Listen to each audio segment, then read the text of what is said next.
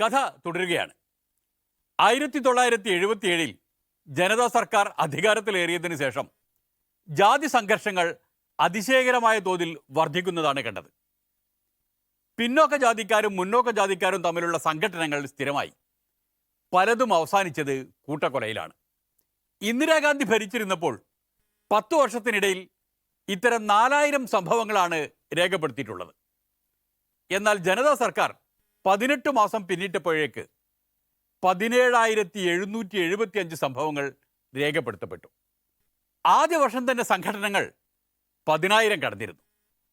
ഇതിലേറ്റവും വലിയ പ്രത്യാഘാതമുണ്ടായത് ബീഹാറിലെ ബെൽച്ചി ജില്ലയിലുണ്ടായ സംഘടനത്തിലാണ്. 1977 മെയ് 27 ബെൽച്ചിയിലെ സംഭവം നടന്നത്. മുന്നോക്ക ജാതിക്കാർ സംഘടിച്ചെത്തി പിന്നോക്ക ജാതിക്കാരായ 9 പേരെ കൂട്ടക്കൊല ചെയ്തു. ഇന്ദിരാഗാന്ധി അന്ന് പാർലമെന്റ് അംഗം പോലുമല്ലല്ലോ.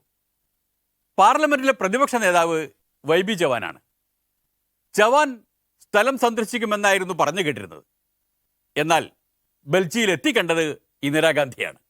തെരഞ്ഞെടുപ്പ് പരാജയവും തുടർന്നുണ്ടായ പ്രതികരണങ്ങളും ഇന്ദിരാഗാന്ധിയെ വിഷാദത്തിലാഴ്ത്തിയിരുന്നു. അവർ എല്ലാം ഉപേക്ഷിച്ച് ഹിമാലയത്തിലേക്ക് പോവുകയാണെന്നും അവിടെ ഒരു കുടില് കെട്ടി കഴിയാൻ ആഗ്രഹിക്കുന്നു എന്നും മറ്റും കഥകൾ വന്നിരുന്നു. അങ്ങനെ ഇരിക്കുമ്പോഴാണ് ബെൽച്ചി സംഭവം ഉണ്ടാവുന്നത്.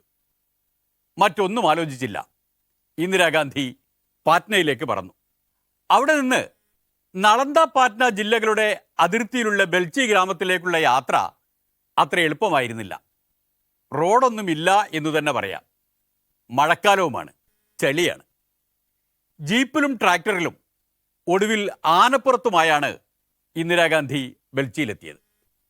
സത്യത്തിൽ അത് ദേശീയ രാഷ്ട്രീയത്തിൻ്റെ അരങ്ങിലേക്കുള്ള ഇന്ദിരാഗാന്ധിയുടെ തിരിച്ചുവരവായിരുന്നു. തന്നെ പരാജയപ്പെടുത്തിയ ആളുകളായിരുന്നിട്ട് പോലും ഇന്ദിരാഗാന്ധി അവരെ കാണാനെത്തി.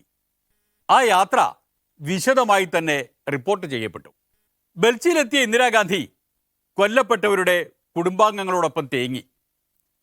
കോൺഗ്രസിനെ തിരിച്ച് അധികാരത്തിലേക്ക് കൊണ്ടുവരാൻ ഇന്ദിരാഗാന്ധിക്ക് കഴിയൂ എന്ന് കോൺഗ്രസ്സുകാർക്ക് മനസ്സിലായി. ഇതൊക്കെ കണ്ട് ജനതാ പാർട്ടിയുടെ നേതാക്കൾ പല്ല് ഞെരിക്കുകയായിരുന്നു.